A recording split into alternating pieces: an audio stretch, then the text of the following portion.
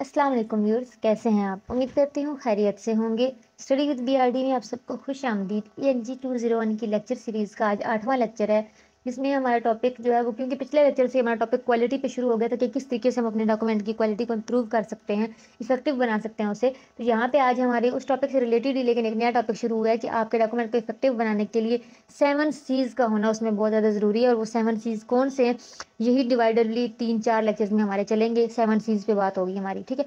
तो आज जो है पहले हम इनके नाम पढ़ते हैं कि 7 C's कौन कौन से हैं। तो ये नहीं कि समझ लें कि ये आपके कम्युनिकेशन के प्रिंसिपल्स हैं, ठीक है। ये ज़रूर होने चाहिए आपके डॉक्यूमेंट में। वो 7 C's हैं: completeness, conciseness, consideration, concreteness, clarity, courtesy and correctness. ठीक है, अब ये सारे क्या हैं, इन पे बहुत डिटेल में एक एक करके बात होगी। आज के डॉक्यूमेंट में हमारे जो आज का लेक्चर है, इसमें हम 2 चीज़ों पर बात करेंगे, वो है कंप्लीटनेस और कंसाइजनेस। सबसे पहली चीज़ क्या है कि कंप्लीटनेस। कंप्लीटनेस का क्या मतलब है कि आप जो बात करना चाह रहे हो, आपका जो मैसेज है, आप जो भी अपने डॉक्यूमेंट में कह रहे हो, वो मैसेज कंप्लीट होना चाहिए, ठीक है। अधूरी आधी अधूरी बातें नहीं, क्योंकि आधी अधूरी बातें वो कहते हैं अच्छे से ज़्यादा उल्टा खतरनाक साबित होती हैं, ठीक है। उसमें जितने फैक्ट्स होने चाहिए जो रीडर या लिसनर को ज़रूरत हैं, वो सारे उसमें मौजूद होने चाहिए, ठीक है। कि आपका रीडर है या जो लिसनर है, जो भी आप बात कर रहे हो, चाहे लिख के चाहे बोल के, वो कंप्लीट होनी चाहिए। उसमें वो तमाम चीज़ें मौजूद हों जो आपके रीडर या लिसनर की डिज़ायर हैं, जो उनकी नीड है, ठीक है। ये सबसे पहली बात है, ठीक है। आपका डॉक्यूमेंट अगर कंप्लीट होगा तो आपको वो डिजायर्ड रिजल्ट्स भी मिलेंगे जो आप सामने वाले से चाहते हो। जैसे बात है, जब आप बात कंप्लीट ही नहीं करोगे तो सामने वाले को कैसे मिलेंगे? आप कैसे उससे एक्सपेक्ट कर सकते हो कि वो सारा काम कर दे जो आपने पूरे से बताया ही नहीं है, ठीक है। उसके अलावा सामने वाले के दिल में आपके लिए गुडविल पैदा हो सकती है, ठीक है, आपका इंप्रेशन अच्छा होगा। तीसरा ये कि आपकी जो डॉक्यूमेंट है वो इम्पोर्टेंट बन जाएगा, ठीक है। पता चल जाएगा कि जैसी बात है, ये बात जो इतने तरीके से की गई है, डेफिनेटली ये इंपॉर्टेंट है, क्योंकि इसमें कंप्लीट भी था ये चीज़ और इफेक्टिव भी थी, ठीक है। उसके बाद अगली चीज़ है कि गाइडलाइंस। गाइडलाइंस क्या है अपने डॉक्यूमेंट को कंप्लीट बनाने के लिए? वो है कि provide all necessary information, answer all questions asked, give extra information only when desired.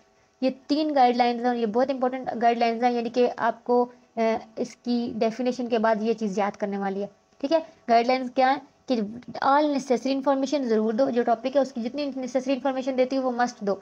अगर आपको लगता है कि रीडर के माइंड में कोई क्वेश्चंस होंगे तो उनको मस्ट आंसर करो। तीसरी चीज़ क्या है कि अगर एक्स्ट्रा इन्फॉर्मेशन यानी उससे रेलिवेंट इन्फॉर्मेशन अगर जब ज़रूरत हो तभी दो, एवं इरेलीवेंट इन्फॉर्मेशन देने की ज़रूरत नहीं है। आपने जो है वो इधर उधर की वैसे बातें नहीं करनी। अब इसकी तरफ अगर हम चलें तो सबसे पहले चीज़ जो हमने कही कि प्रोवाइड ऑल नेसेसरी इन्फॉर्मेशन, ठीक है। तो प्रोवाइड ऑल नेसेसरी इन्फॉर्मेशन में क्या चीज़ आती है कि आप उसके इन सारे जो डब्ल्यूज हैं इनके आंसर करोगे कि हु यानी कौन हूँ मैं, ठीक है। मैं क्यों बात कर रहा हूँ, कौन हूँ। व्हाट ये डॉक्यूमेंट किस बारे में है। व्हेन यानी ये जो काम मैं कह रही हूँ ये कब होना है। वेयर कहाँ होना है। वाई और क्यों होना है, यानी कि उसके ये सारे सवालों के अगर जवाब उसको मिल जाएंगे तो वो कि उसको ईजी हो जाएगा वो काम करना, ठीक है। यानी who, what, when, where, why, इन सारी चीज़ों के उसके पास जवाब होने चाहिए, यानी कि यही सारी उसकी नेसेसरी इन्फॉर्मेशन होगी, ठीक है। अगला क्या है कि उसके ज़हन में जितने सवाल हों उसको आपको जवाब देना है, ठीक है। अगला है कि give extra information when only desired, यानी कि एक्स्ट्रा इन्फॉर्मेशन आपने जस्ट तभी देनी है जब सामने वाले को ज़रूरत है, यानी कि ऐसे नहीं कि आप सामने वाले का रीडर का टाइम ज़ाया करते रहो इधर उधर की बातें करके, ठीक है। इसकी मैं अगर आपको एक छोटी सी मिसाल दूँ एक्स्ट्रा इन्फॉर्मेशन की, तो अगर आप एक अपने किसी भी, जैसे आपको फ़्लाइट की टिकट चाहिए, आप कॉल करते हो तो सामने वाला आपको अगर मतलब आपने कहा कि मुझे 9 बजे की फ़्लाइट का बता दें, ठीक है। तो अब वो आपको अगर टिकट है मतलब उस वक्त की फ़्लाइट की अगर वो सीट है तो आपको बता देगा, लेकिन क्योंकि उसे ज़रूरी लगेगी ये चीज़ कि हाँ 9 बजे की सीट नहीं है लेकिन इस टाइम नेक्स्ट जानी है, ये आपके लिए डिसाइड हो सकती है, इस वजह से उसने इन्फॉर्मेशन दे दिया आपको, ठीक है। यानी कि ये हो सकता है, ठीक है। लेकिन अगर आप डेफिनेटली पूछते हो कि सिर्फ मुझे 9 बजे की चाहिए, तो फिर डेफिनेटली वो इधर उधर की बातें नहीं करेगा, वो सिर्फ स्पेसिफिकली आपको बता देगा कि जी हाँ जी है या नहीं है, ठीक है। तो अगली चीज़ क्या है इसमें जो आ रही है वो है क्रेडिबिलिटी। क्रेडिबिलिटी भी कंप्लीटनेस के अंदर ही आ रही है कि यानी आपकी कंप्लीटनेस, आपकी बात मुकम्मल तभी होगी जब सामने वाले को आप क्रेडिबल लगोगे, ठीक है। तो आपके जो है वो क्रेडिबिलिटी में यहाँ पे इन्होंने कुछ दी हुई है। एक ये है कि कॉम्पिटेंस। कॉम्पिटेंस अब क्या होती है कि does the audience perceive the message sender as communicating honestly, यानी क्या जो आपकी ऑडियंस है वो ये समझती है कि जो मुझे मैसेज देने वाला है वो ऑनेस्टली मुझे मैसेज देगा, यानी क्या उनका आपके बारे में ये व्यू है कि नहीं है। जैसी बात है, जब उन्हें यही नहीं लगेगा कि आप ऑनेस्टली कम्युनिकेट कर रहे हो, तो वो आपकी बात को कभी भी इंपॉर्टेंस देंगे ही नहीं।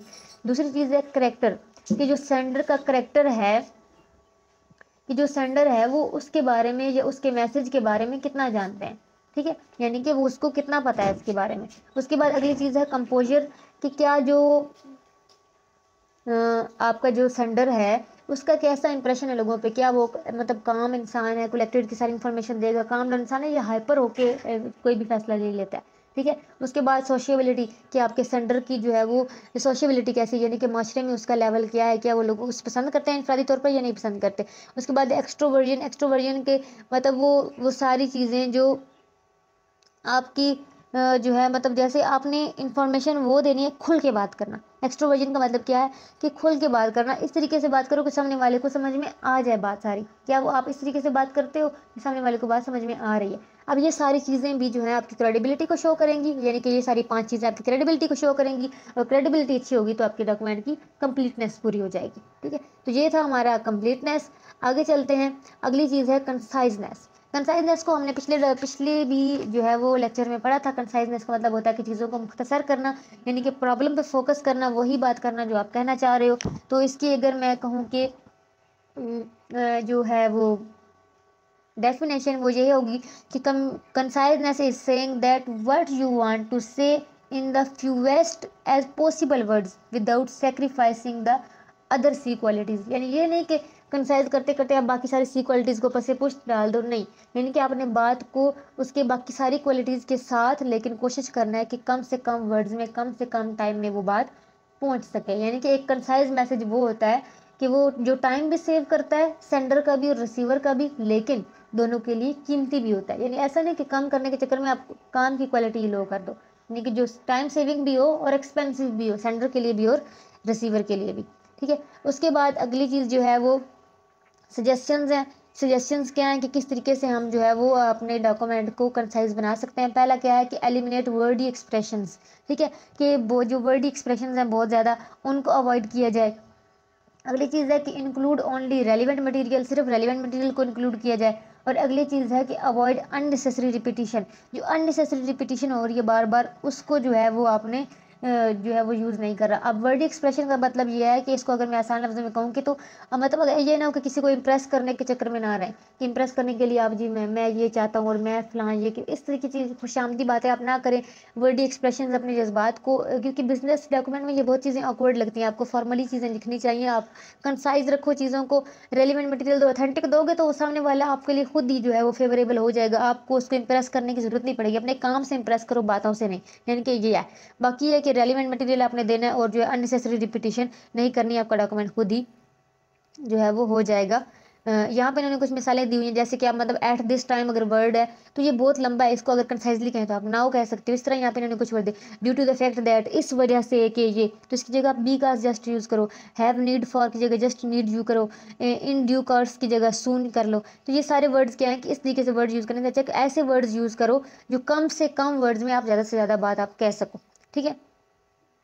उसके बाद जो है वो ये सारी इसी की मिसालें दी गई हैं। उसके बाद है कि हाँ जी, अवॉइड अननेसेसरी रिपीटिशन, आपने कोशिश करना है कि शॉर्ट नेम यूज़ अगर आप कर सकते हो। एक बार आपने पूरा नाम लिख दिया ना तो बार बार उसका वो पूरा नाम लिखने की ज़रूरत नहीं है। जैसे कि मतलब जैसे शौकत खाना मेमोरियल सेंटर जो कैंसर हॉस्पिटल है, तो इसको आप जो है सिंपली जो है वो शौकत खाना हॉस्पिटल भी लिख सकते हो। मतलब एक बार आपने पूरा नाम लिख दिया, फिर इस पर अगर कोई रिपोर्ट बन रही है तो आप जस्ट जो है वो शौकत खाना हॉस्पिटल लिख सकते हो, या जस्ट हॉस्पिटल भी क्या है कि किस हॉस्पिटल में अब ये हो रहा है। हर बार अगर आप पूरा लिखोगे शौकत खाना मेमोरियल कैंसर हॉस्पिटल तो ये बहुत ज़्यादा लंबा भी और रिपीटिटिव हो जाएगा, और ये अननेसेसरी रिपीटिशन होगी, क्योंकि सामने वाले को समझ में आ रही है कि आप इसी के बारे में बात कर रहे हो। इसी तरीके से अगर आप किसी मतलब जो है वो जैसे PIA, अब पाकिस्तान इंटरनेशनल एयरलाइंस, ठीक है, अगर किसी को नहीं पता आपने शुरू में एक बार यूज़ कर दिया, लेकिन नेक्स्ट अगर आप इसी डॉक्यूमेंट में बात कर रहे हो तो आप PIA लिख सकते हो।